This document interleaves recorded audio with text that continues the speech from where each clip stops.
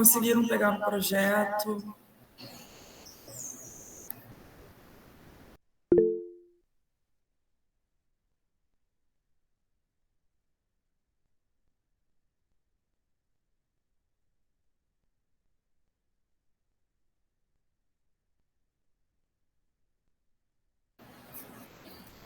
Depois da aula de segunda, alguém conseguiu trabalhar no projeto?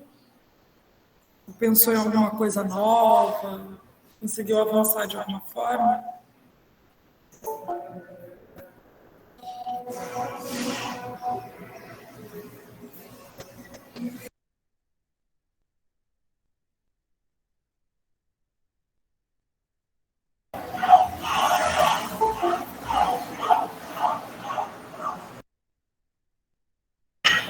Gente, hoje eu não estou em casa. Eu tive uma atividade mais cedo, então eu estou em outro lugar e alguns barulhos esquisitos vão passar pela aula, tá? Só para avisá-los. Bom,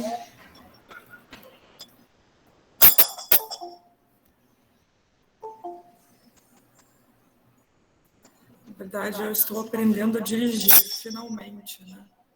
Então, por isso que as aulas dessa semana também vão ficar assim um pouco... Tá muito bem.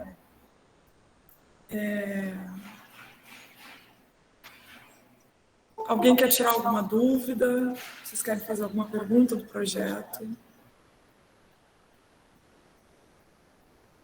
Bom dia, Júlia.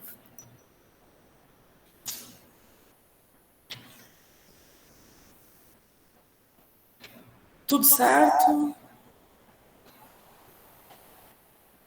Bom, não se esqueçam da entrega até o dia 6 de dezembro, tá?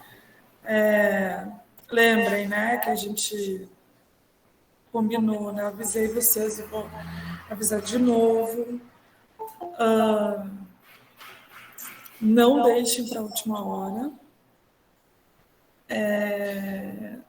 Peguem o arquivo, tá? O arquivo que eu corrigi da última vez, partam dele. Quem ainda não entregou nada, tudo bem, começa um arquivo novo, com título, tema, né? Título e tema a gente está tratando como iguais aqui, né? Como sinônimos. Segue para a introdução do problema, hipótese, objetivos, justificativa e revisão bibliográfica. Então, quem já fez as entregas, pega o último arquivo que eu corrigi e coloca justificativa e revisão bibliográfica. Quem ainda não pode fazer nenhuma entrega, né, aproveita, faz desde o início e coloca lá no cigarro. Tudo bem, Andressa. Se você mudou, né, o tema, tudo bem, não tem problema. Sobre o número de páginas, né, assim, não há, para algumas sessões do projeto, né, alguns itens do projeto, por exemplo, a introdução, a justificativa, eu disse para vocês que é uma página e meia no máximo, lembra? A introdução pode ser, claro que depende muito, né, do escopo da pesquisa, mas introdução e justificativa, em geral, ficam em até uma página no máximo, né? Alguns autores são mais taxativos e colocam a justificativa como sendo de até uma página. Mas a revisão bibliográfica, não, Ari, eu não sei o que aconteceu. Eu corrigi e coloquei lá no CIVA. Agora, eu até fui conferir e, assim, eu não sei te explicar por que você não consegue ver as correções, porque para mim está normal. Tá? Ari, desculpa. A revisão, agora, os outros itens, né, como eu estava falando, não tem número de páginas máximo. Então, não tem uma recomendação. Né? Não tenho como te responder, Vitória, quantas páginas no máximo deve ter a revisão. O que eu posso te dizer é que o projeto tem que ter entre 10 e 15 páginas. Por isso que quem escreveu introduções muito longas tem que rever. aproveita que está escrevendo a revisão e confere o que está lá na sua introdução, que de repente muita coisa que você pôs na introdução possa perfeitamente ser transferido para a revisão bibliográfica. Às vezes, né, assim, a gente está tão dentro do tema que a gente está se propondo a pesquisar, né, que a gente fica numa ansiedade de colocar tudo que a gente já leu ou de ir mais fundo já na introdução. Né? Isso também é um pouco também porque a gente está fazendo o projeto em partes. Né? Eu acho que eu já comentei isso em algum momento aqui com vocês. Mas agora que vocês vão chegar na introdução, desculpem, na revisão bibliográfica, confiram com a introdução de vocês e talvez alguns itens que vocês, alguns parágrafos, alguns de vocês fizeram citação direta, né? Por exemplo, já na introdução. Não é errado, mas talvez agora que vocês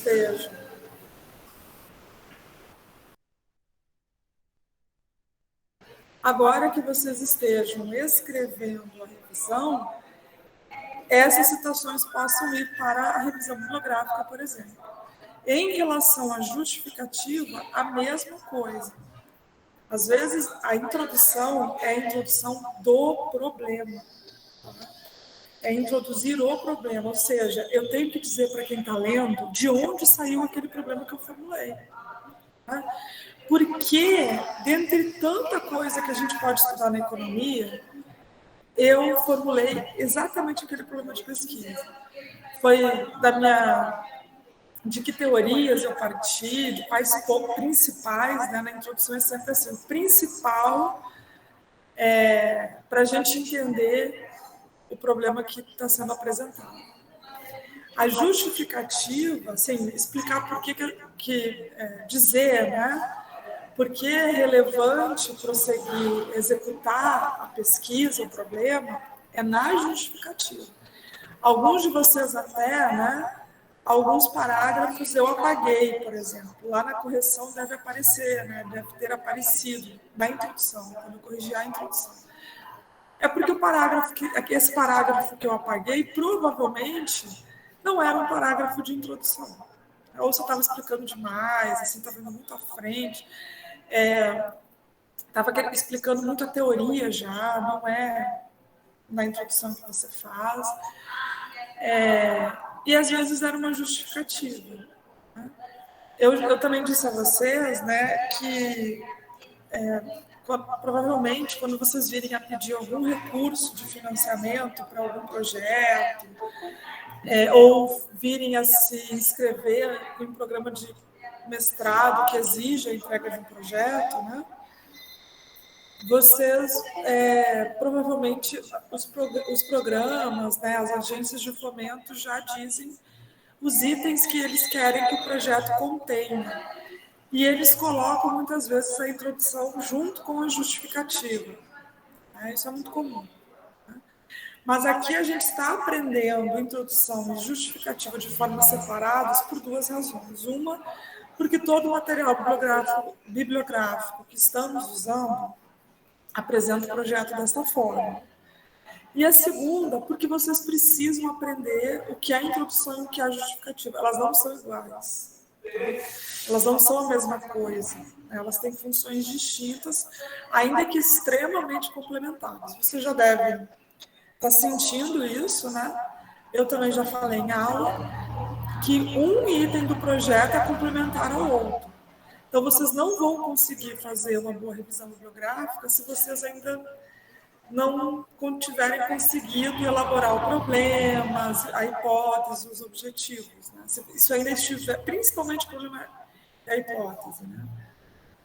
Isso provavelmente ainda fica um pouco assim, seja muito difícil até de começar. Então, é uma evolução. Né? Vocês vão evoluindo ao longo da construção do projeto e o esforço que vocês virem a fazer. Professora, mas é que assim, o objetivo geral é só A senhora falou que são 2, 3 linhas no máximo. Então, assim, eu não preciso ler muito para fazer esse objetivo geral. Você que pensa, né? Você que pensa. Então, se você tiver lido, estudado para fazer esses outros itens, né, anteriores à justificativa, você já terá acumulado conhecimento, leitura para fazer a revisão. Claro que você vai ter dificuldade ainda, não existe fórmula mágica, né? Cada um de nós tem um jeito de se expressar, né? Tem um jeito de escrever, tem uma forma de entender a escrita, ainda que aqui também nós devamos observar, né? Obviamente, as regras gramaticais, mas também o estilo científico de escrita. A gente falou sobre isso, inclusive, na última aula. Vocês querem fazer mais alguma pergunta?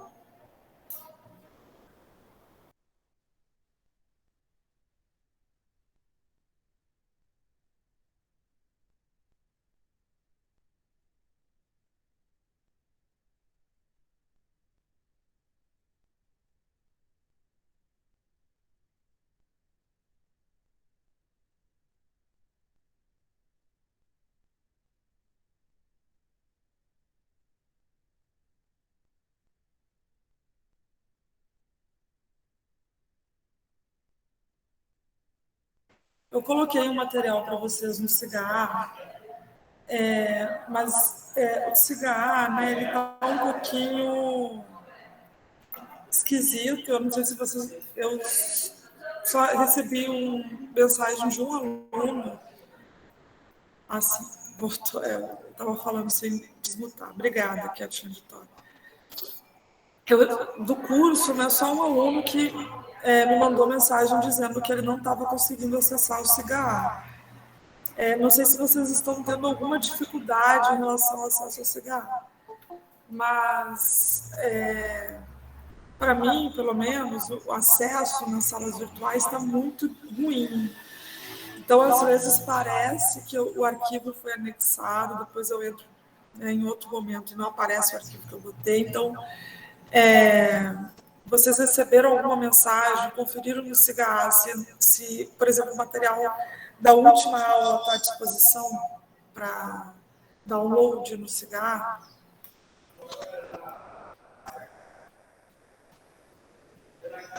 Sim? Tá. Tá bom. Então tá perfeito. Bom, a gente continua hoje, né?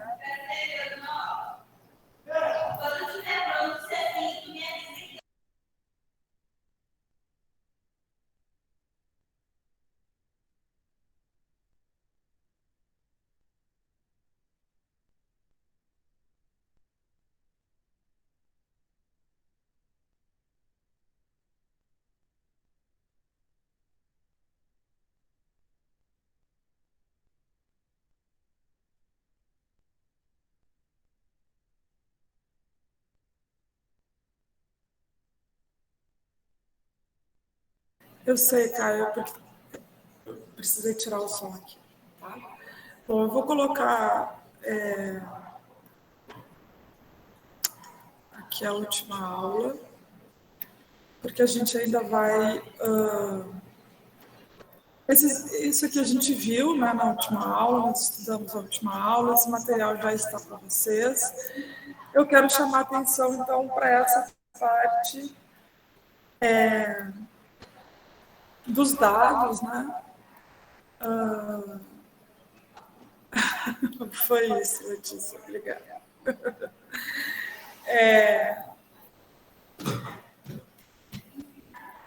Certamente, né, acho que essa é uma coisa muito importante. Vocês estão super por dentro disso, né? E a gente procura, né, incorporar o curso, né, na medida em que as coisas vão se consolidando, mas a análise de dados, né, vou chamar dessa forma, tá? Ou ciência de dados, como é mais correntemente chamado, se revela, se mostra, né, como um dos principais campos de trabalho para a gente, né, para economistas, futuros economistas. os materiais, né? Assim,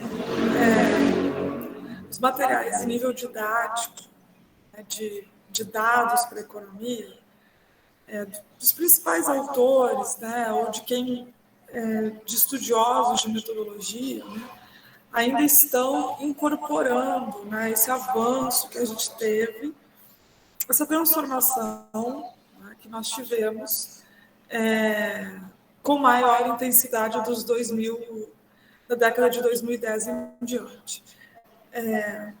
Tem um livro recentemente lançado, né, sobre dados e economia.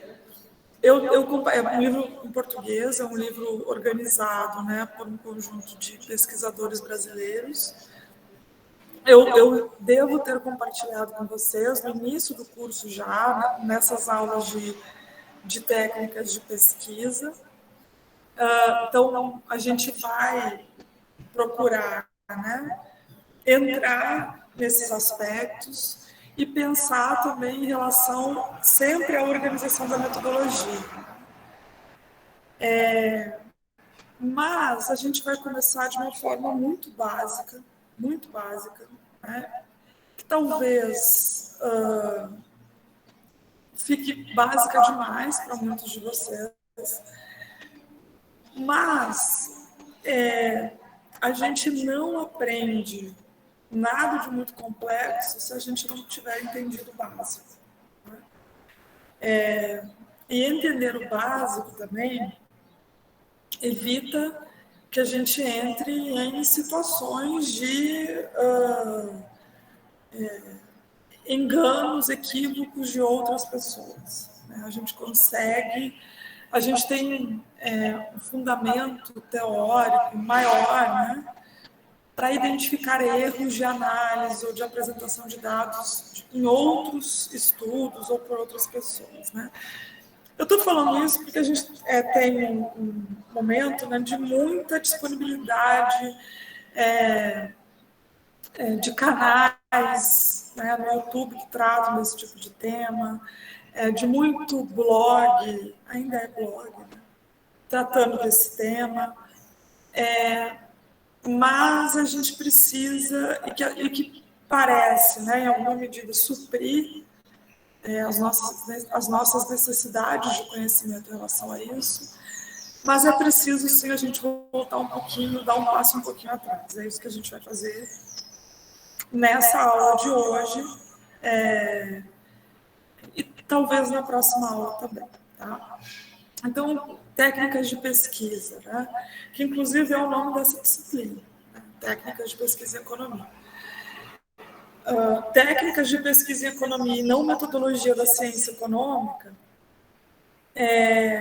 poucas universidades, né, poucos cursos de graduação em economia no Brasil têm uma disciplina que se chama metodologia da ciência econômica. Em geral, é técnicas de pesquisa em economia. A gente poderia fazer um seminário somente sobre isso. Inclusive, a gente tem em nosso curso, né, antes das diretrizes curriculares nacionais de 2007, aliás, antes das diretrizes de 2002, né, a gente tinha essa disciplina, né, o currículo continha como obrigatória essa disciplina de técnicas de pesquisa e economia e a disciplina metodologia da ciência econômica, que hoje é uma disciplina optativa. E a ideia é que na metodologia da ciência econômica a gente estudasse o que a gente estudou na primeira parte dessa disciplina, né? E na disciplina de técnicas de pesquisa em economia a gente estudasse técnicas de pesquisa. Técnicas de pesquisa. Apenas técnicas de pesquisa. E o motivo disso, né, e por que ter ficado, né, ou por que os cursos terem, né, caminhado para manter técnicas de pesquisa e economia e não metodologia da ciência econômica, ou manter com esse nome, né? Mesmo que ainda a ementa das disciplinas de técnicas de pesquisa pegue tópicos de metodologia, né? E muito, né, por uma discussão da forma como a gente concebe os currículos, né, a estrutura das disciplinas, e que metodologia da ciência econômica não seria, então, uma disciplina de formação profissional, como técnicas de pesquisa e tampouco seria uma disciplina teórico-quantitativa.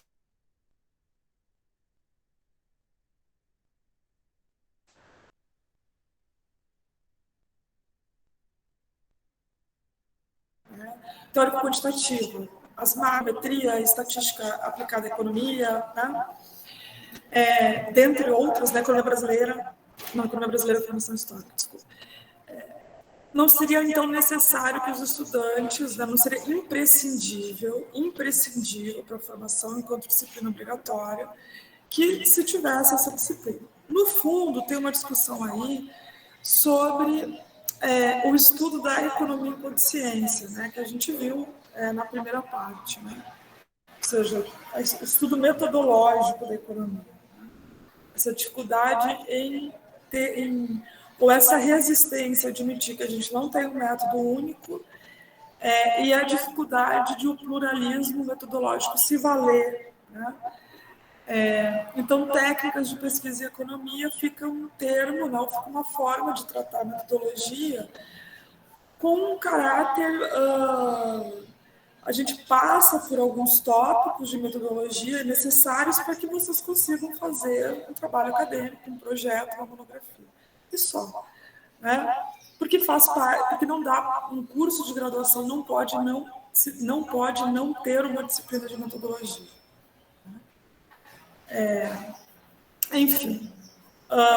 Então, técnicas de pesquisa aqui, toda e qualquer área, toda e qualquer ciência tem as suas técnicas de pesquisa, né? Ou os seus instrumentos metodológicos, como nós chamamos em algum outro momento, né? E por isso que a gente vai partir do livro de Lacazzi e Marconi, não do livro do Gil, por exemplo, que é um livro voltado para a economia, né? Técnicas de pesquisa na economia. Então a gente começa lembrando esse conceito de Lacazzi e Marconi, pelo qual nas técnicas de pesquisa a gente começa com o levantamento de dados, com a forma como os dados são levantados e coletados, né? E passando pela forma como eles serão tratados e como eles serão aplicados, né? Ou como eles servirão de base para uma determinada metodologia. A partir de um determinado desenho, né, de escopo metodológico da pesquisa. Então, a gente viu, né, sobre isso a gente conversou na última aula, né, sobre as fontes primárias. Então, as fontes primárias a gente considera, né, fontes primárias aquelas que a gente mesmo, né, ou a gente vai diretamente às fontes. Então, por exemplo, na última aula a gente falou sobre pesquisa bibliográfica, né? Eu quero fazer uma monografia sobre segurança alimentar e nutricional no Brasil, que é um tema, né, que está aí recorrente, que a gente está enfrentando, né, de uma forma desumana e indigna. Mas eu quero tratar isso, e veja, segurança alimentar e nutricional, por exemplo, é um tema que eu posso tratar de diferentes formas. Né? Eu posso tratar na ciência econômica, eu posso tratar na administração pública, eu posso tratar no serviço social, na psicologia, na história. Tem várias áreas, várias ciências, né, que podem me ajudar a fazer uma pesquisa com esse objeto, né, com esse assunto. Agora, na economia, eu não quero medir, eu não quero fazer também um trabalho de saúde, né? Um trabalho de saúde com segurança alimentar e nutricional seria calcular indicadores de nível nutricional. Eu não quero fazer isso, né? Porque isso é um pouco experimento também. Eu quero fazer um trabalho. Desculpa.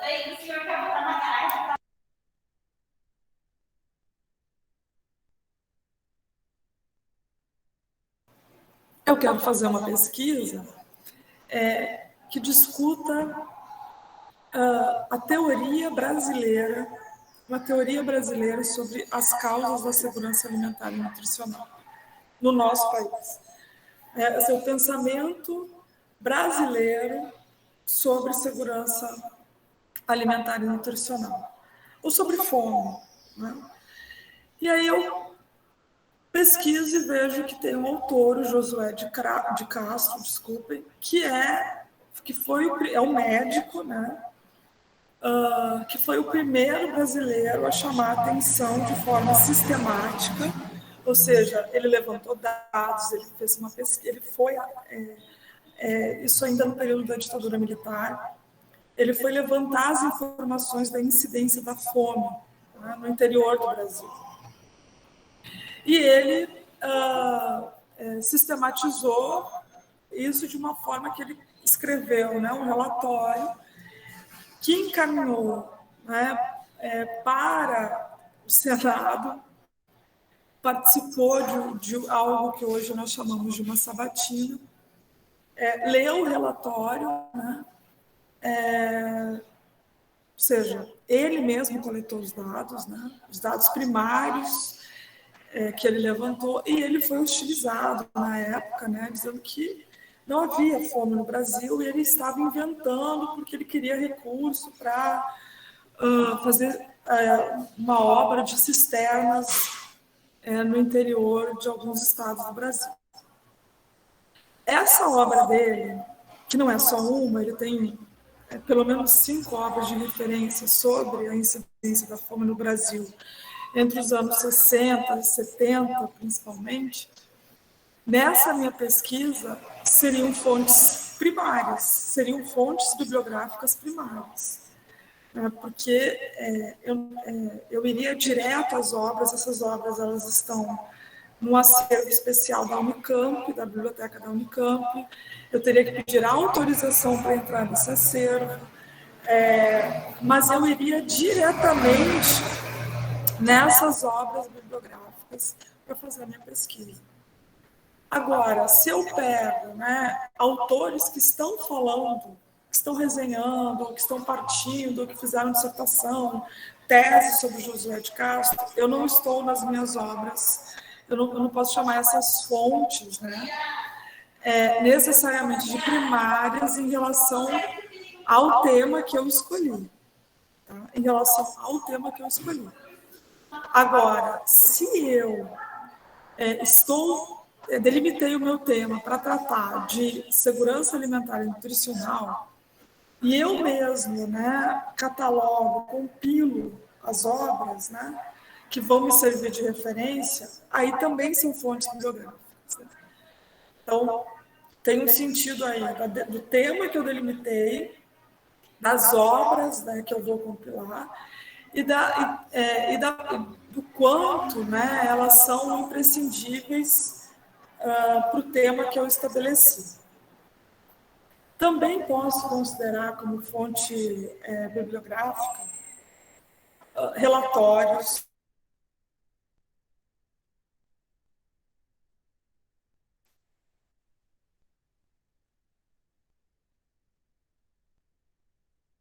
né, então os relatórios ainda sobre a Organização Mundial da Saúde, relatórios de agências, de órgãos governamentais, eu posso considerar como fontes bibliográficas.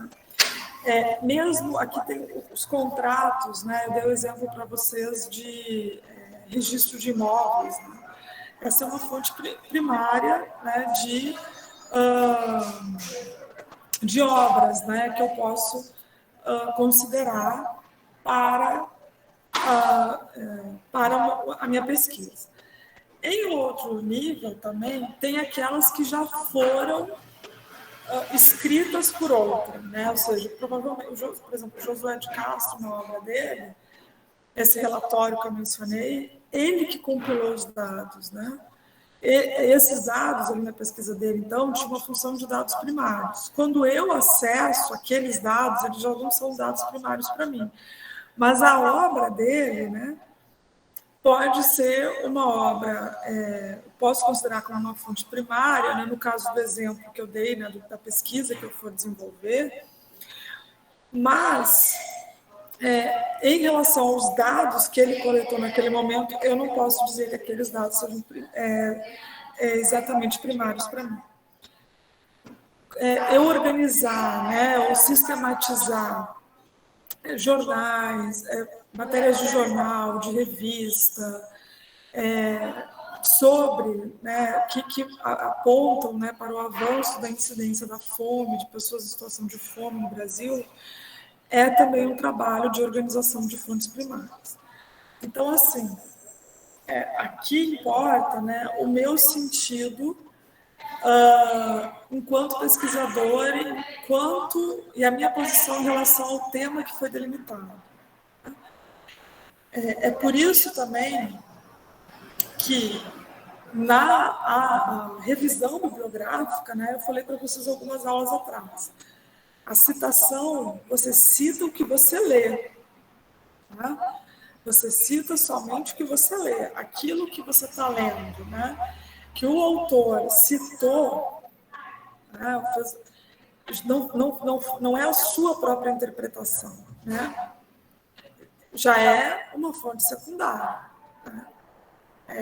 Você vai tratar como uma fonte secundária. Então, nas fontes primárias, tudo aquilo, observando, né, esses pontos que eu destaquei aqui, mas tudo aquilo que eu mesmo organizo, né, que tem um caráter bibliográfico, eu considero como fonte primária. E em relação a dados estatísticos, né, dados que eu mesma ou eu mesmo tenha levantado, ou que sejam os microdados, né, que é uma ferramenta que a gente trabalha muito, eu considero como fontes primárias também. As fontes primárias, vejo, elas não tiveram ainda muito trabalho por outra pessoa, elas estão sendo organizadas da minha ótica e da minha ótica em relação à pesquisa. Tá? Eu não estou usando muito assim, o que outros disseram. Eu mesma estou indo atrás desses documentos, eu mesma estou, por exemplo, eu pego uma pesquisa, né, uma obra, um artigo em que os autores argumentam que que a China, que as empresas chinesas são imperialistas. Né? E ele se argumenta para fazer toda essa digressão somente em matérias jornalísticas, por exemplo. Ou somente em dados que foram levantados por organizações sem fins lucrativos ou por consultorias, né, que é algo muito comum. Agora, se eu pegar, né, não deixar de considerar essa fonte, né, essas fontes que ele usou, mas também pegar os documentos que as empresas divulgam, eu estou indo na raiz do problema. Então, as fontes primárias servem para mostrar o quanto o pesquisador foi ele mesmo atrás de informações e dados ligados o mais diretamente possível ao objeto de estudo dele. Ele não pegou o que outros já fizeram. Tá? Em geral, na monografias, a gente acaba usando muito fontes secundárias, porém, para a bibliografia, para obras bibliográficas, não. Né? Que vejam que aqui a gente está falando, né?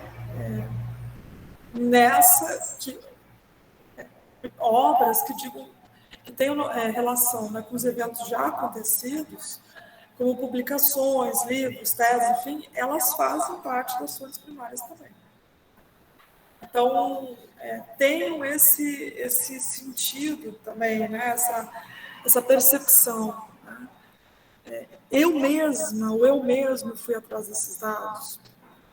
Então, isso, quanto mais a gente conseguir trabalhar com dados primários, melhor. Mais riqueza na conclusão a nossa pesquisa terá. Na economia, né, o uso de dados tem grande importância. Assim, se você já deve ter ouvido nas disciplinas, devem estar percebendo isso também no mundo do trabalho, vamos dizer assim, né? No noticiário. Alguns dias eu até compartilhei nas minhas redes pessoais uma matéria, né, do Valor falando sobre as profissões do futuro. Né? As profissões do futuro, não, essa expressão é muito ruim. As profissões, né, os postos de trabalho no mercado que estão em alta. Né? Obviamente que a maioria é ligada à tecnologia de informação e comunicação. Mas as áreas, né, ligadas com a manipulação e a interpretação de dados, e aí, claro, que tem os nomes próprios, né, específicos a esses postos, estão muito em alta. Né? Então, a gente saber manipular os dados, buscar os dados, interpretá-los é essencial. E aqui, então, só para a gente, por muito tempo, os dados, né, no nosso país, eles sempre estiveram associados. Assim, qual é a base ou qual é a fonte primeira de dados? Né? O IBGE. Né? O IBGE, o Banco Central, né? As informações do sistema financeiro. Né? Mas o IBGE concentra uma porção de pesquisas, né, que dizem respeito à economia, à sociedade brasileira, e que foi sendo esvaziado. Né? Tem sido esvaziado e a gente vê cada vez mais um fenômeno de empresas se responsabilizando por concentrar esses dados, né? Não sei se vocês têm percebido isso, né? Então, todas essas informações, né, por exemplo, esse slide, né? Ele é elaborado com base no livro do Gil de metodologia. Então, a forma como se entende que os dados são coletados, né, ou que se entendia, era sempre do ponto de vista de como se dá no IBGE, que é o nosso canal oficial de levantamento de dados, né, em relação aos dados quantitativos. Né. Então, claro que mesmo a organização, né, a produção de dados, ela não é exclusividade das instituições governamentais, mas, em geral, né, tanto governamentais quanto particulares, a gente vai entender aqui como envolvendo um momento de registro e um momento de renovação desse registro, né, ou de recenseamento, como está aparecendo aqui. O registro, do ponto de vista do registro, é a coleta de dados que se dá no momento em que ocorre o levantamento, por exemplo. Quando uma criança nasce, né?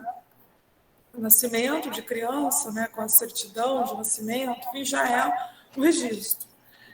Falecimento, dados, né? Todo ano, por exemplo, a universidade tem que enviar os dados da graduação para o MEC. Né? Isso vai fazer parte do censo de educação. E assim sucessivamente. Né? Eleição, né? Não só aqueles dados que a gente acompanha diariamente, né, nos dias de votação, já votaram tantos brasileiros. Isso é um registro, é o levantamento no momento em que a situação que gera o fato, gera o dado, né, acontece. Então, e essa forma facilita, né? Ela facilita o levantamento de dados, mas ela também depende que o país tenha uma certa estrutura para esse levantamento. Então, por exemplo, nossa Previdência Social hoje ela é bastante informatizada, né? Interligada. Então, os dados em relação à Previdência Social, né?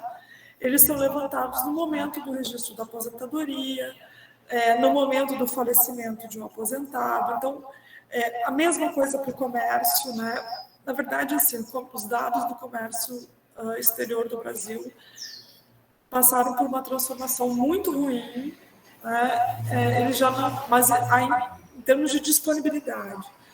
Mas em relação ao registro, no momento em que há, né, a saída ou a entrada de mercadorias, esses dados são levantados. A mesma coisa para atividade industrial, tá? Comercial, de serviços. Então, e a outra forma de se acessar aos dados é por pesquisas periódicas de levantamento. E que aí são mais difíceis mesmo de se fazer, elas são mais caras, né? E elas envolvem ou exigem um planejamento considerável, né? O censo é um exemplo, a PNAD, a POF, boa parte das pesquisas, né? A Pintec é por questionário, né? Mas pesquisas como POF, censo, o censo agropecuário, todas são pesquisas em que no caso do censo não, né, mas pesquisas como PNAD, como a POF, né, a definição da amostra é um pouco mais difícil, ainda mais num país como o nosso. Né? É por isso que uma pesquisa como o censo, em um país do tamanho do nosso, com as dificuldades de acesso, né, a algumas regiões, alguns municípios, é de suma importância. Né? Vejam, um economista sem dados quantitativos de qualquer tipo, ele há um limite para a gente trabalhar por amostragem. Né? Há um limite para a gente fazer pesquisas de elaboração que sirvam de subsídio, de alguma forma, para a elaboração de políticas ou programas. Né? Para a gente conhecer um país, né? Para a gente entender, né, a gente precisa dos dados. Então, por exemplo, pesquisas, isso dá até uma monografia, tá?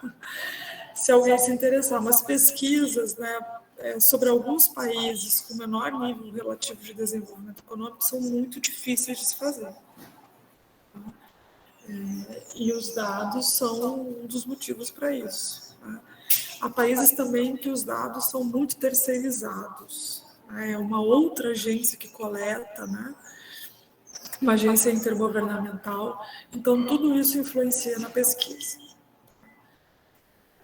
Tudo bem? Vocês querem fazer algum comentário?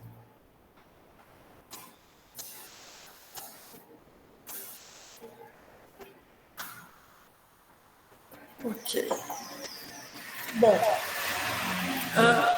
como que a gente pode apresentar os dados? Né? A gente pode apresentar ou por uma série histórica, né? Não necessariamente séries temporais, como a gente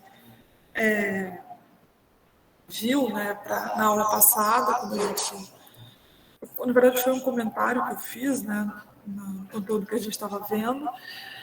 Naquele momento, pode ser na forma de uso de índices ou de dados após os fatos. Né? As séries históricas, a possibilidade de se passar a compilar dados em grandes séries históricas foi um avanço sem precedentes, representou um avanço sem precedentes para a nossa ciência. Tanto para que se compreendesse, né, as dinâmicas de preço, as dinâmicas de crescimento, os ciclos econômicos, e se pudesse passar para níveis de causalidade mais apurados. Né? Então, a série histórica, né, permite dar um alcance maior para correlações, para comparações e para confrontações. O uso de índices, né? Os índices eles podem ser elaborados a partir de dados primários ou a partir de dados secundários. Né? Então, eu posso, né, usar, por exemplo, para a incidência da fome, né, algumas, a OMS tem seus indicadores indicadores, né, para dizer que a população de um país está sob a incidência da fome, por exemplo. Né? Nesse caso, né, é um indicador que foi elaborado pela própria OMS. Eu posso, né, aplicar esse indicador com dados secundários CIDRO e IBGE, né, para o contexto brasileiro. Eu posso pegar indicador de termos de troca, né, e calcular com dados secundários do comércio. Né? Também, né, uma outra forma, né, de organizar os dados após os fatos, tem uma ligação muito grande com a forma como eu controlo as variáveis para as quais eu estou levantando os dados. Né? Então, qual variável eu estabeleço que será é como se eu fizesse um experimento. Né? Então, quando eu faço essa manipulação, né, eu quero saber qual seria o efeito, né, que é o exemplo que está aqui até, qual seria o efeito da instalação de uma fábrica no município para a renda per capita daquele município. Eu consigo fazer algum controle, né? Eu dei um exemplo aqui, que é o de um artigo muito famoso. Eu imagino que vocês tenham lido ou que os professores já tenham comentado com vocês em outros momentos, que é o livro do Acemoglu, é um artigo, na verdade, né, do Acemoglu, do Johnson e Hopkins. Na verdade, a gente só fala Acemoglu, né, como se os outros dois nem existissem. Nesse artigo, né, ele se popularizou muito porque ele fez uma espécie de controle, né, uma espécie de experimento. Então, os dados que ele coletou ali não foram dados que ele foi coletar no momento em que eles aconteceram, ou não foram dados que ele pegou de uma... que já haviam sido organizados por uma outra agência, né? Mas foram dados resultantes de uma manipulação de variáveis que eles fizeram, né? E que consistiu, né, de uma hipótese que eles levantaram, e a hipótese, né, a gente já viu, vem das leituras, da compreensão anterior, né, que o pesquisador tem das principais teorias, dos dados que ele já observou até então, de que países com instituições fracas são países que têm baixo crescimento de longo prazo. Então, eles separaram os países, né, em alguns grupos e testaram, né, criaram um modelo que outros autores aplicaram para outros contextos, né? Teve muita discussão, esse texto gerou muita discussão e contribuiu para inaugurar ou para consolidar uma área da economia que é a econometria e desenvolvimento. Né? Então, esse é um exemplo de uma obra, né, de um levantamento de dados a partir de um controle. Né? Eu chamei de experimento, mas é o controle. Você coloca uma variável, né, sob efeito da outra. Você mesmo determina isso. Né? É claro que o levantamento, mesmo num trabalho assim, o levantamento de dados a partir de fontes primárias ou secundárias não está descartado. Mas isso aqui é a forma como a gente organiza e apresenta os dados. Tá? A qualidade dos dados, né? Isso é algo que vocês, né, ao trabalhar com formas mais avançadas de programação ou de pacotes estatísticos, conhecem pelo nome de biblioteca ou de limpeza dos dados, né? Mas essa preocupação sempre existiu, ela não foi trazida agora. É claro que agora a gente tem um volume de dados muito maiores, né? Porque, vejam, vocês devem ter notado, né, os exemplos que eu dei anteriormente aqui, né, do registro.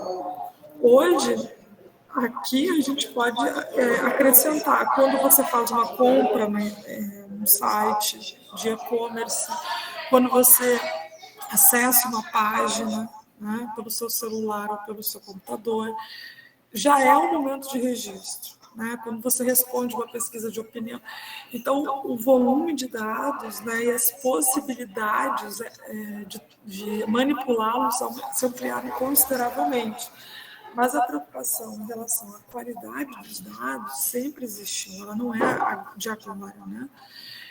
Então, qual é a preocupação que você tem que ter com eles, né? A facilidade de obter os dados, né? Ou seja, quão difícil ou não é obter esses dados, o tamanho da escala do estudo. É bom sempre ter isso aqui considerando que vocês mesmos vão pegar os dados. Vamos lá, 2 momentos, tá? Há um tempo atrás eu participei de uma... Há um tempo atrás, assim, há muito tempo atrás, né? Eu participei assistindo da defesa de uma dissertação de mestrado de uma conhecida minha sobre a segurança alimentar e nutricional em assentamentos do MST. Né? E ela tinha a hipótese, né, de que nos assentamentos havia a possibilidade do autoconsumo era maior, então a incidência, né, da insegurança alimentar ou a situação de insegurança alimentar seria menor. Quais foram os dados que ela utilizou? Né? Tem dado de assentamento do MST em bases oficiais, acho que nenhum site do MST tem dados assim, né? Então, ela teve que fazer um censo. Ela precisou fazer um censo. Então, nesse caso, os dados da pesquisa dela eram todos dados primários. Né? E como que ela fez esse levantamento? Ela ficou um mês no assentamento, levantando essas informações, né? E teve também um trabalho de observação, né? Não só das perguntas do questionário em si. Em geral, a gente não faz isso na economia, né? Em geral, a gente não eu dei o exemplo do censo, mas a gente mandar um questionário para as empresas, né, para levantar se elas estão fazendo inovação, para levantar questões como bem-estar, né? A gente não usa muito, né, dessa estratégia. Né? Em geral, nós nos utilizamos de dados que já estão disponibilizados, seja na forma já tratada, secundários, como o CIDR e IBGE, seja numa forma a ser manipulada por nós, né, nos microdados.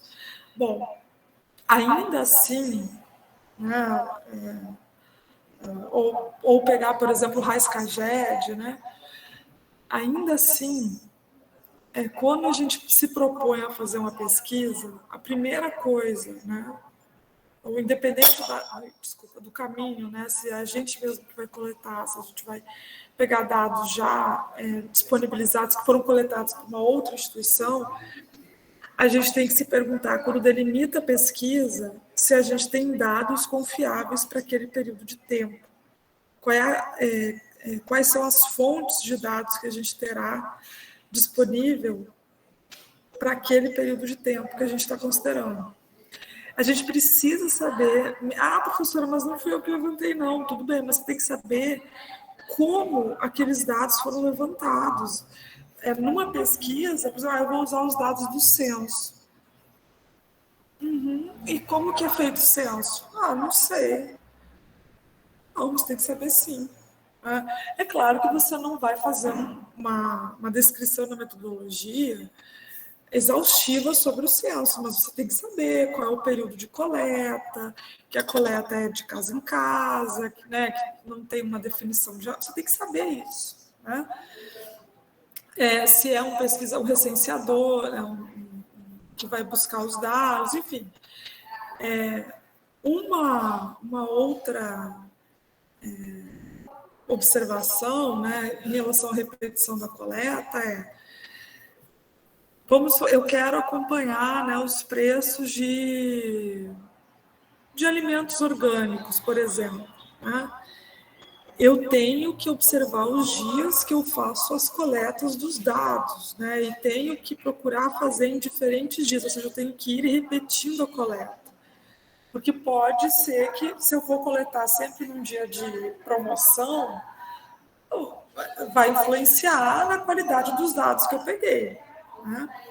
E também a escala do estudo, né? Tem para alguns estudos, né? Eu quero, e isso nos atinge muito, né? Eu não, e é por isso que, em geral, nós não fazemos pesquisas de campo, né? Porque a gente trabalha com estudos de larga escala, né? São estudos para nível nacional, regional, estadual. Então, para isso a gente precisa ter bases maiores, né? Entender também, né? Assim, sempre ter à disposição. Lembro que na aula passada mostrei para vocês, né? A gente viu naquela monografia que havia uma espécie de uma biblioteca, um glossário, né? Das categorias de dados. Então, entender sempre, né? Quais são as categorias, como elas estão sendo trabalhadas. Por exemplo, se o FMI usa PIB ou se usa PNB, né? E aí eu vou precisar fazer uma transformação aí, ver se está em transações, se em valores correntes, se está em período base, qual é o ano base daquela amostra, a definição de desemprego usada foi sempre a mesma, não teve nenhuma mudança. Então, esses elementos eu tenho que estar atento a isso, porque isso pode alterar totalmente o resultado. Né? Também, né, a eficiência nos serviços de registro, a gente não tem tanto controle, mas no caso de dados que não foram coletados por nós, mas a gente precisa entender, né, os problemas, por exemplo, que o censo enfrentou na sua última coleta, pandemia. Né? Então, eu preciso já alertar, né, que eu estou usando dados, né, por causa da PNAD, né, que foram levantados no contexto de pandemia. Então, eu não posso ocultar isso. Né? Muito bem. Em relação à metodologia, né? Então, vamos lá. Vocês querem fazer alguma pergunta?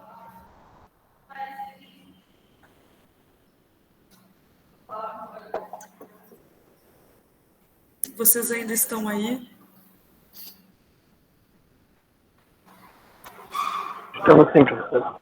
Tá bom, obrigada.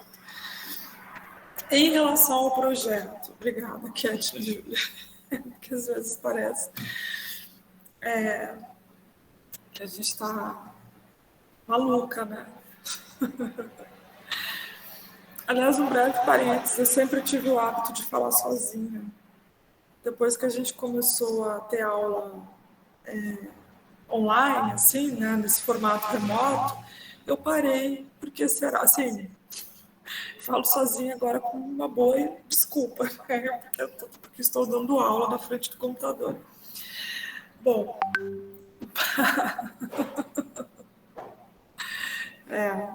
não sei se vocês já tinham reparado isso, mas às vezes eu estou andando e gesticulando, assim, eu estou falando sozinho. Parei. Bom, na metodologia do projeto, então vejam, a gente está estudando a metodologia aqui em algumas fases. Tá? A gente falou dos dados, né? A gente começou a falar dos dados, a gente vai pensar, antes de falar dos dados, a gente viu os tipos de pesquisa, tá? E agora a gente vai pensar em como desenhar a metodologia no projeto. Isso é uma coisa, né? A metodologia no projeto é uma coisa agora. A metodologia na monografia, olha que letra bonita, é outra coisa. Tá? Como assim? Então vejam, por exemplo, a gente, né, não não define, né? Não coloca, não normalizou o texto da monografia, obrigando que ele tenha a introdução, revisão bibliográfica, metodologia ou materiais e métodos, como alguns lugares chamam, e discussão dos resultados. A gente não padronizou dessa forma. A gente tem os elementos textuais, os elementos pré-textuais, textuais e pós-textuais. Né? Os elementos textuais, ou seja, a divisão dos capítulos, né? Dependendo, né, da pesquisa que eu me propus a fazer, talvez eu tenha que fazer dessa forma de destacar um capítulo de metodologia, né? Porque é algo que porque é uma parte essencial da minha pesquisa, né, da minha monografia. Então, eu tenho que explicar um pouco mais, além, né, do que eu coloquei no projeto, eu tenho que ampliar, aprofundar, né, para que eu mostre a consistência dos resultados aos quais eu vou chegar. No projeto, eu trago assim o suficiente para entender o que você vai fazer e que você tem condições, com a metodologia que você está colocando, de atingir o seu objetivo geral e de testar a sua hipótese. Você conhece a metodologia que você está propondo, você sabe como buscar os dados, de onde buscar os dados, conhece a fonte que você vai utilizar, apresenta, né, se for o caso, as equações, as variáveis, você entendeu? E você pode até botar, né, no projeto, nesse exemplo que eu estou dando, provável, né, ou nem precisa falar isso que eu ia falar agora, porque fica subentendido, que na monografia você vai ampliar, você vai aprofundar a metodologia, né? Então, na monografia, a metodologia é mais aprofundada, você traz mais autores, né, para falar da metodologia,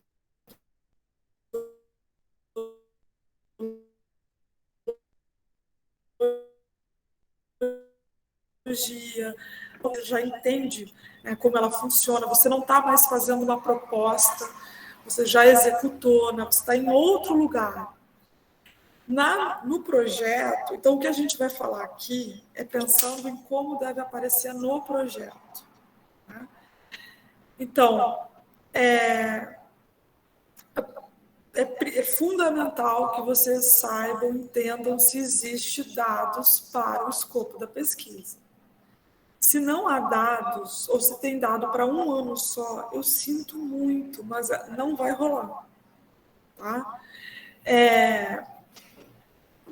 No caso da sua pergunta, Kathleen, né, de como funciona a coleta dos dados, né? Você não no projeto, né? Você não precisa se delongar muito, mas você tem que colocar, olha, censo escolar, né? Os dados são coletados a partir do envio das informações pelas instituições de ensino superior ao MEC. É uma coisa simples, mas é uma informação importante, porque não é o MEC que vem fiscalizar cada uma das instituições e pegar os dados. Então, isso pode fazer diferença, porque um eventual erro, né, dos dados, você já tem uma provável explicação. Te respondi, Kathleen? Tá. Nada. Então, uma estrutura básica, né, assim, que pode ajudar no projeto, né, fonte de dados, dados e fonte de dados, e depois apresentar a metodologia propriamente dita. Lembrando que dados podem ser dados quantitativos e podem ser também dados de natureza bibliográfica. Né?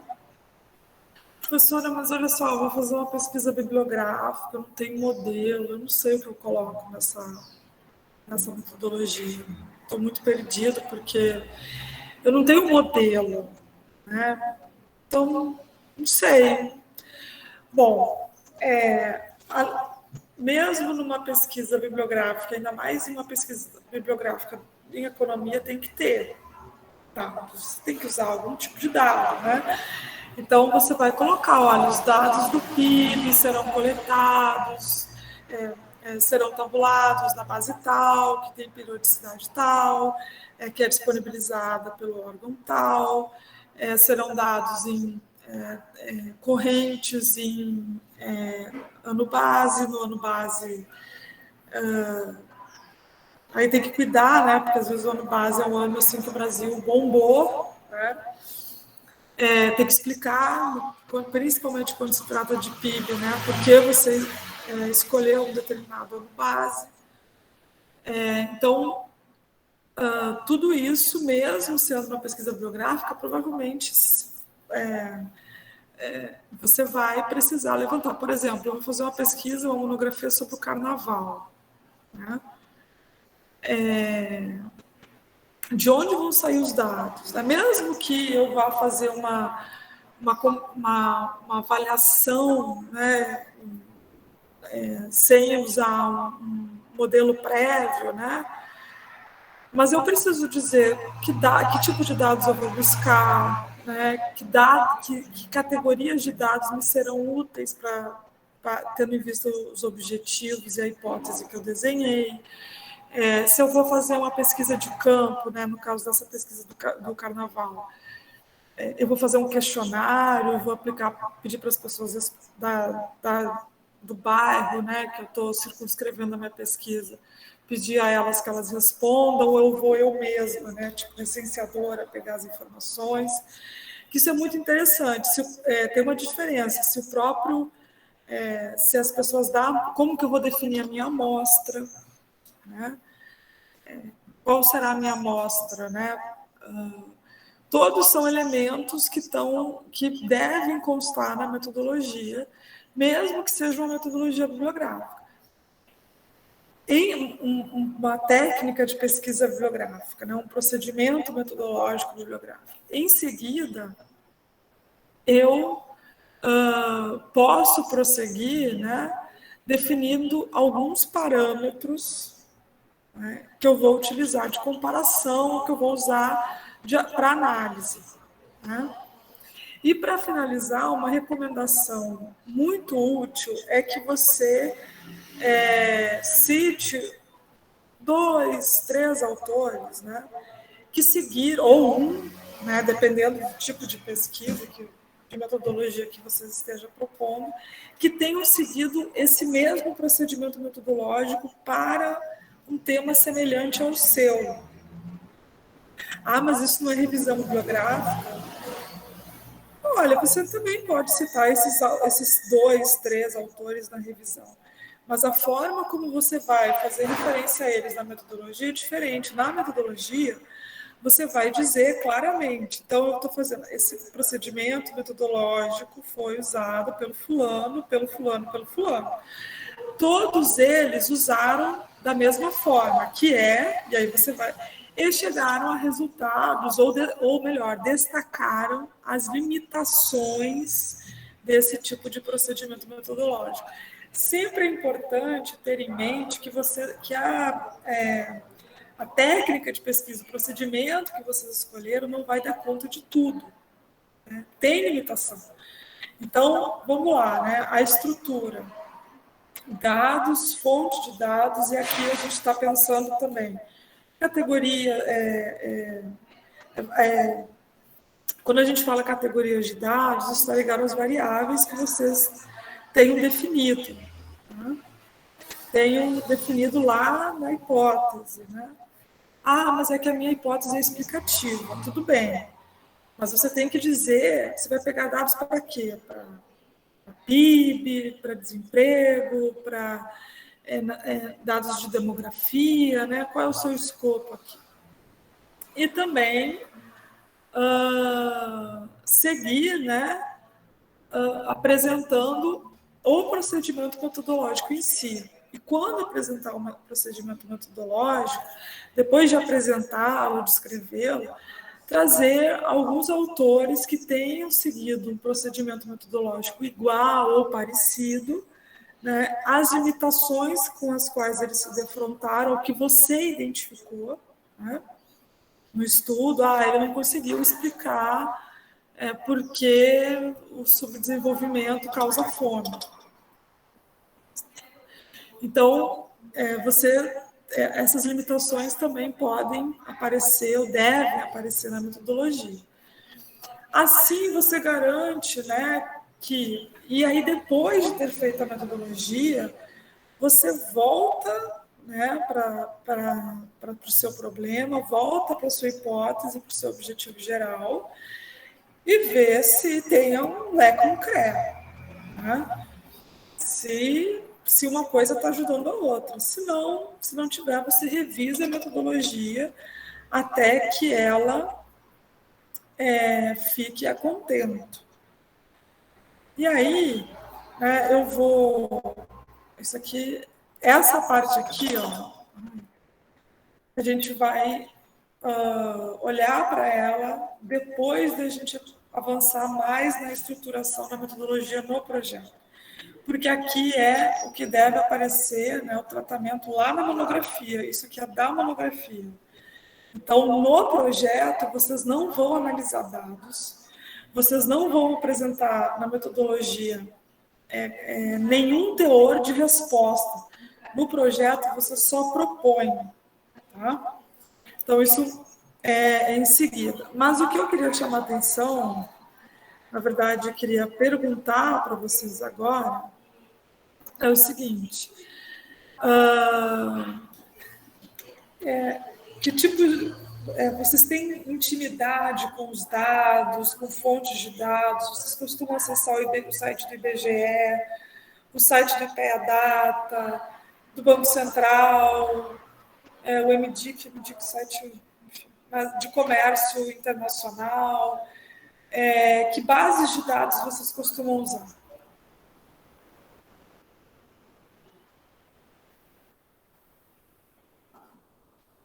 IBGE, o que mais?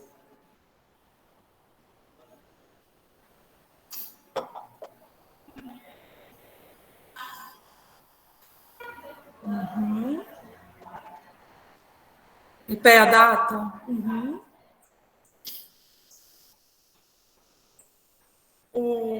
Você diz o IBGE ou IPEA-Data?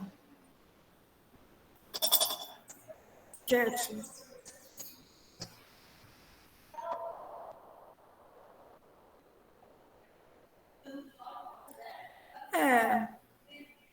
É porque o IPEA-Data é um compilado de muitos dados, né?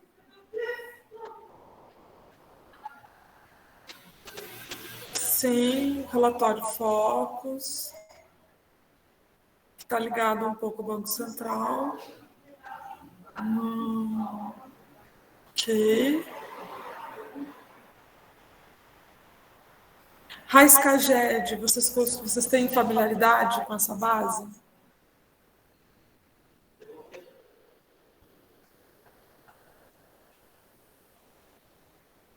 Não. Dados de comércio internacional.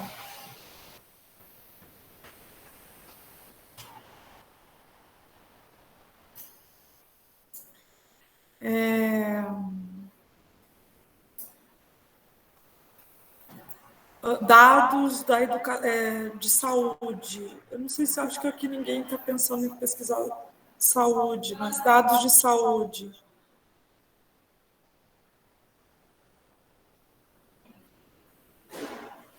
Dados de levantamento do mercado, né? Assim, mercado é um monte de mercado que tem, né? Pode ser câmbio. Os dados abertos do MEC, Andressa, que você diz, são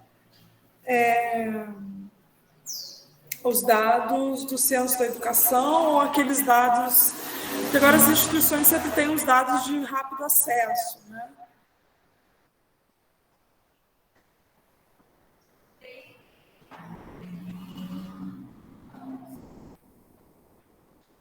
Eu acho que o Ario saiu, mas Ario, eu achei que você tivesse saído. Só para reforçar, coloca o seu arquivo lá com tudo, que aí eu vou corrigir tudo, tá? Não tem problema, tá? Eu já tinha corrigido, não sei por que não apareceu de novo, tá? Mas vamos ver se dessa vez não acontece, porque acho que das duas vezes teve esse erro, né?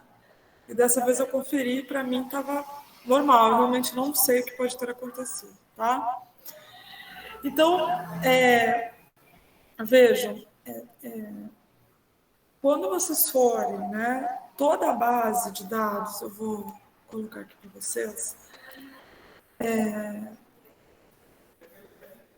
toda a base de dados que a gente for consultar, né, é porque acontece um fenômeno, eu não sei se esse fenômeno acontece com vocês, mas ele acontece assim, a gente está aflito procurando dados, seja porque, por exemplo, o professor passou um trabalho e eu preciso pegar aquele dado e eu não encontro em lugar nenhum, aí de repente acontece uma mágica com o Google, ou eu entro no site do IBGE e magicamente aquele dado que o professor pediu apareceu para mim, né? E aí resolve a minha vida e tá beleza, né? Eu quero fazer uma pesquisa sobre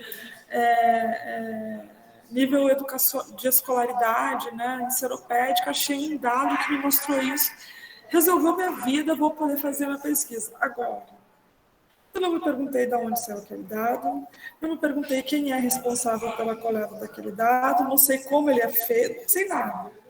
Eu sei que eu consegui, né? Então, agora vocês vão fazer uma monografia. Então, é preciso ter um pouco mais de cuidado sobre de onde essas informações, esses dados saem. Mais do que saber, tudo bem, a forma de manipular, os softwares que eu vou, tudo é muito importante, mas eu saber que base eu estou usando também é. Né?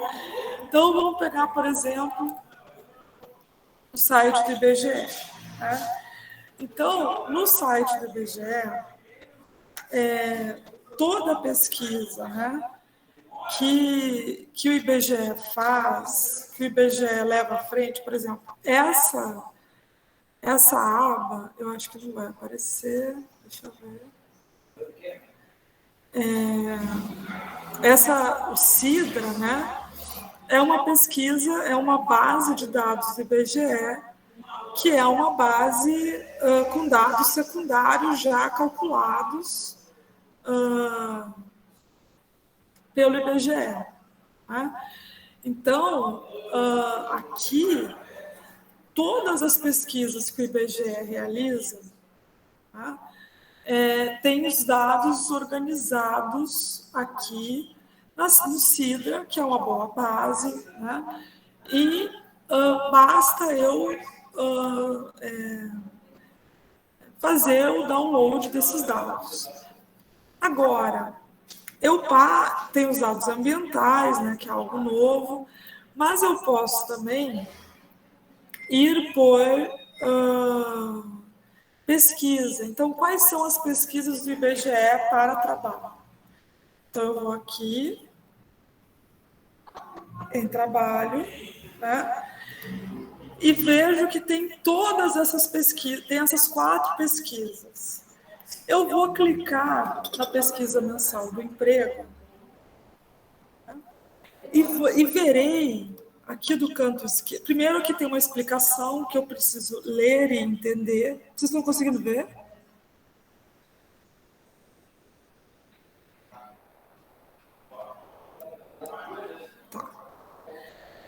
Que eu vou ler, né, essa explicação aqui para entender de onde sai. Vejam que aqui eles falam da Organização Internacional do Trabalho. A Organização Internacional do Trabalho é uma espécie de uma OMC, Organização Mundial do Comércio, uma espécie de OMC do trabalho. Né? Então, todas as definições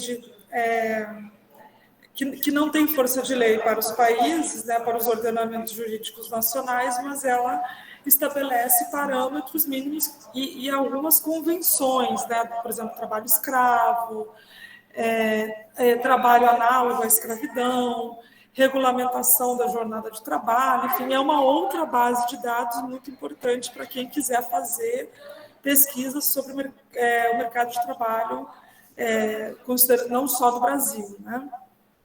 Então, desse lado esquerdo, né, nesse menu, tem uma série de informações técnicas. Nas informações técnicas, eu tenho toda pesquisa que se preza tem notas técnicas, né? Então, eu quero pegar os dados de 2016. Né?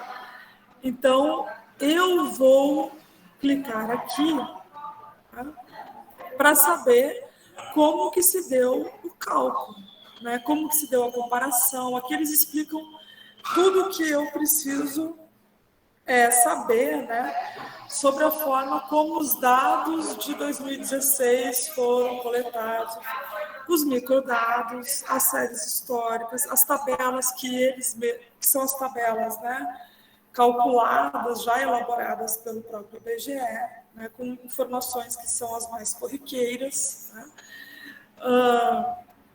numa série menor, mais curta, né? Então, isso eu tenho que saber. Né?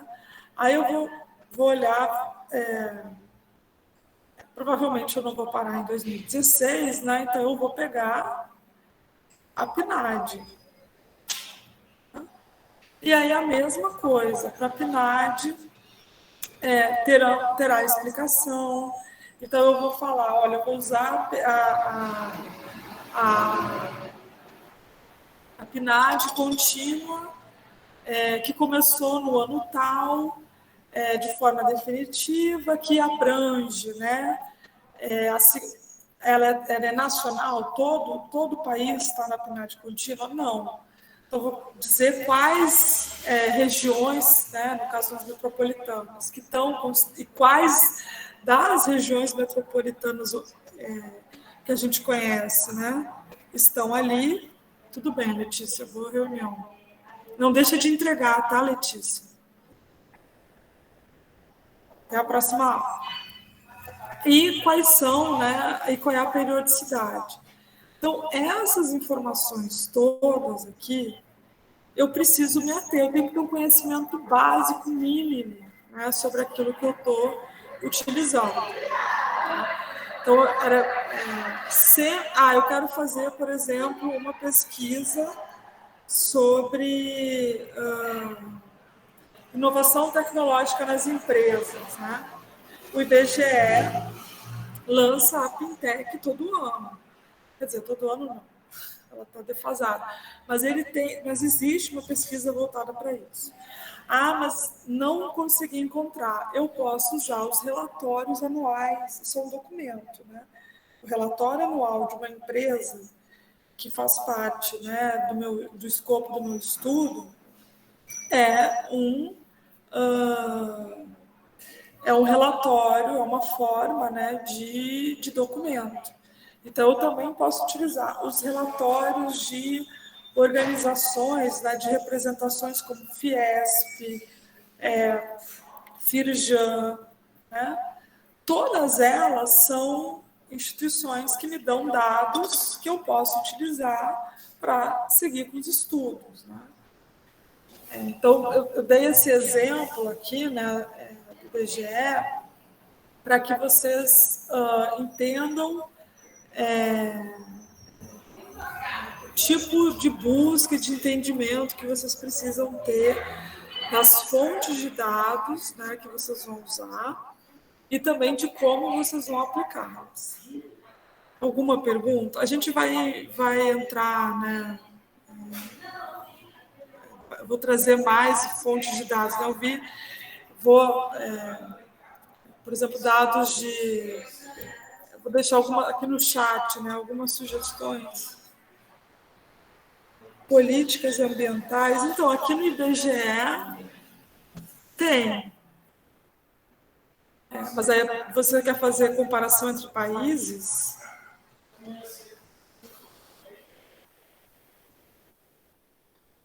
no IBGE tem um banco, mas governos de países, né?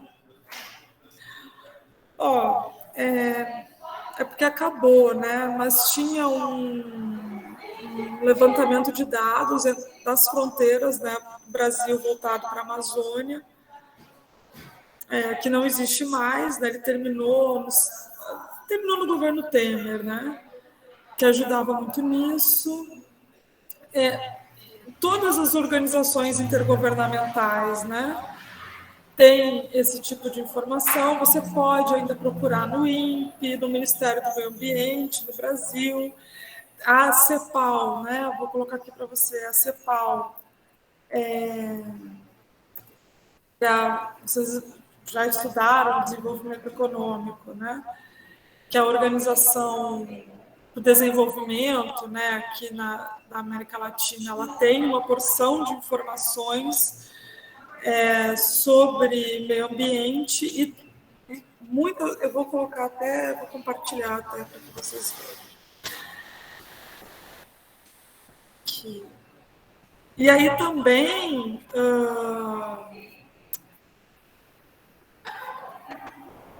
Larissa, os dados da OMC, tá? Na OMC, como os países, para fazer negociação comercial, né, eles precisam cumprir com determinadas exigências ambientais, existe uma boa biblioteca de dados sobre meio ambiente. Eu não sei se é exatamente nessa linha que você quer, mas eu acho que te ajuda, pode te ajudar. Tá? Nada, imagina. Aqui, ó, essa aqui é a base, é a página da CEPAL. Né?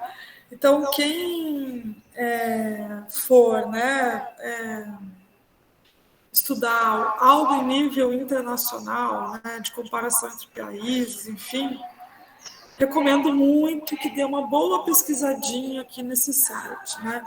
Aqui, por exemplo, eles têm o desenvolvimento sustentável ficou meio que a nova cara da CEPAL nesses últimos anos, né? Então tem muita coisa sobre o meio ambiente, né? E aí os acordos que os países vão firmando entre si, tem as estatísticas de inversão de investimento externo direto, tem muito trabalho sobre gênero,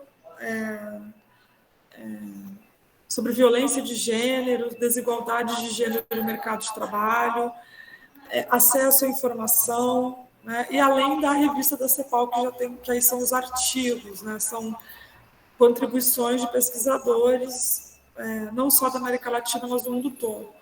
E aí, nessas publicações aqui, algumas delas servem como fontes de dados. Né? Por exemplo, essa de estudo econômico da América Latina e o Caribe. Porque aqui eles trazem um arquivo para cada um dos países da América Latina e do Caribe, com informações macroeconômicas, de emprego, de desenvolvimento sustentável, indicadores sociais. Então, eu quero fazer uma pesquisa sobre Brasil e Equador. Aqui no site da CEPAL você vai encontrar todas as informações que você precisa, certamente, sobre o Equador e talvez até sobre o Brasil, de uma forma mais fácil, né, de tabular. Enfim. E aí também tem os dados estatísticas da CEPAL. Aqui tem todas as bases, né, que a CEPAL utiliza, algumas já são com uma metodologia, não é mera coleta de dados, né, já tem algum tratamento dos dados, por exemplo, a Seguice, a TradeCam também, mas na CEPAL Stat,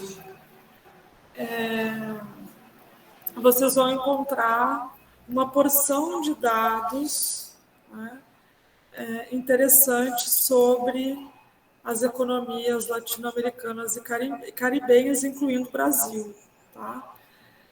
Por vezes, tem sido mais fácil encontrar algumas informações aqui do que em alguns sites, né, dependendo da pesquisa também, né, do nosso país. E aí,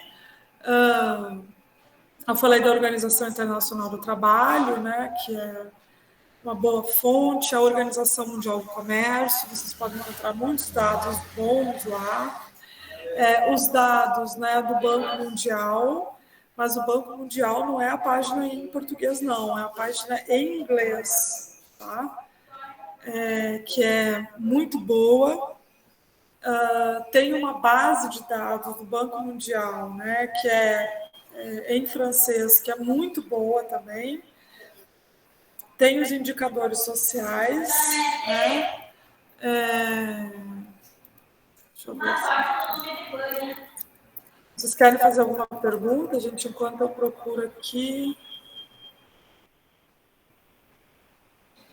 Querem perguntar por algum dado?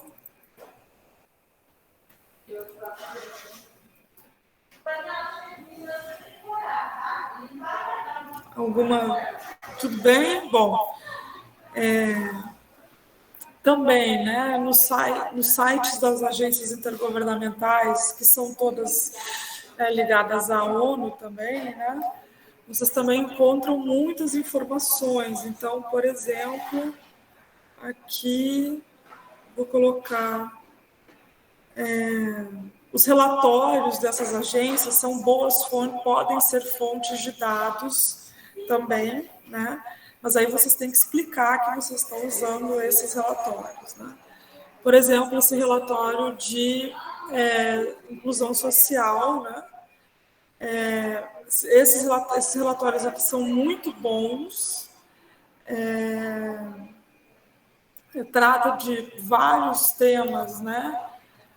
Muito pertinentes, ainda mais nesse contexto pandêmico. Então, também podem usar, né? Entender, né, de onde vêm os dados. É sempre quem... Geralmente, nas agências intergovernamentais, elas têm sedes nos países, né? E daí vem o levantamento de dados, ou dependendo do nível de renda do país, é o próprio país que manda, né? No caso do Brasil, por exemplo, as informações do Brasil vêm das suas agências governamentais, né? Dados de tecnologia, eu falei da Pintec, do IBGE, mas tem também os dados de patentes, né? Que na própria OMC tem, e outras instituições de tecnologia também. Ok, pessoal?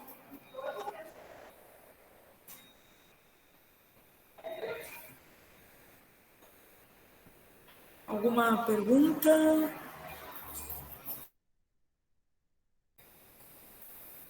E quem for trabalhar com o mercado financeiro, né, além do Banco Central, além do BIS, além do FED, né, não sei qual é o escopo, né, e na própria CEPAL também, as bolsas de valores têm muitas informações, né, de Chicago, Bovespa, Shenzhen, Xangai, são bolsas que têm muitas informações, né, sobre o volume de transações. Então, também busca, assim, para dados, o céu é o limite. Tá? Por isso que quando alguém fala para mim, não encontrei dado para isso, professora, eu já penso, não procurou. Porque exige um pouco, assim,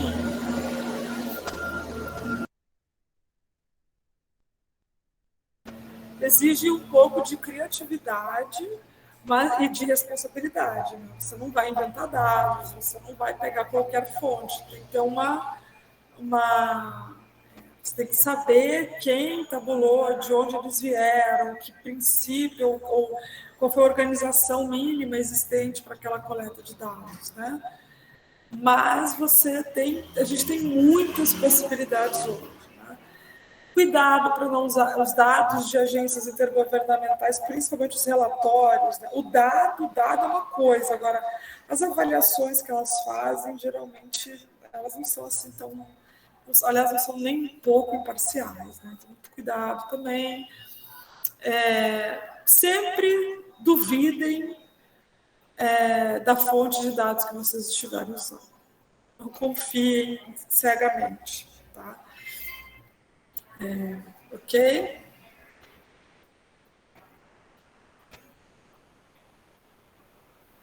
Isso, e aí na próxima aula a gente também, eu vou seguir mostrando mais algumas. Eu fui mostrando aqui o que eu me lembrava dos temas, né? Que vocês foram apresentando. O site de prefeitura também. Associações de moradores costumam ter alguns dados. As empresas também, né? Sempre tem algum tipo de organização de dados. Então, sempre entendam o que vocês querem falar e onde vocês podem encontrar essas fontes, tá bom? E aí, na próxima segunda, então, a gente continua com isso. Eu vou apresentar mais algumas fontes possíveis e também a gente vai avançar um pouco para as metodologias, para os procedimentos metodológicos, tá bom?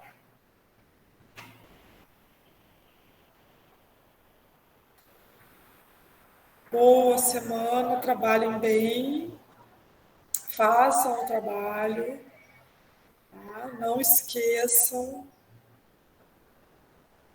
A Dalbita, só o seu tema, né, que é sobre o comércio do Timor-Leste, procura também no Comtrade. Acho que você está pegando os dados, né, nacionais, mas também procura na Comtrade, que eu acho que vai ajudar, tá? Enfim, a gente continua na próxima aula, que agora eu me lembrei de umas coisas. Um abraço, gente. Até segunda.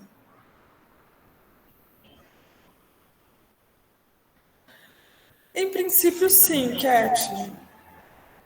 Mas a gente pode, de repente, fazer segunda e quarta, não, para que vocês consigam se dedicar mais à escrita do projeto. Não tem problema.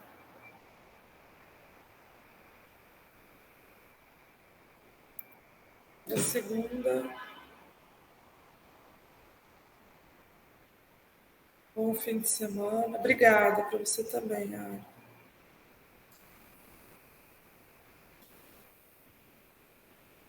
Beijos, beijos, Andressa. Se cuide.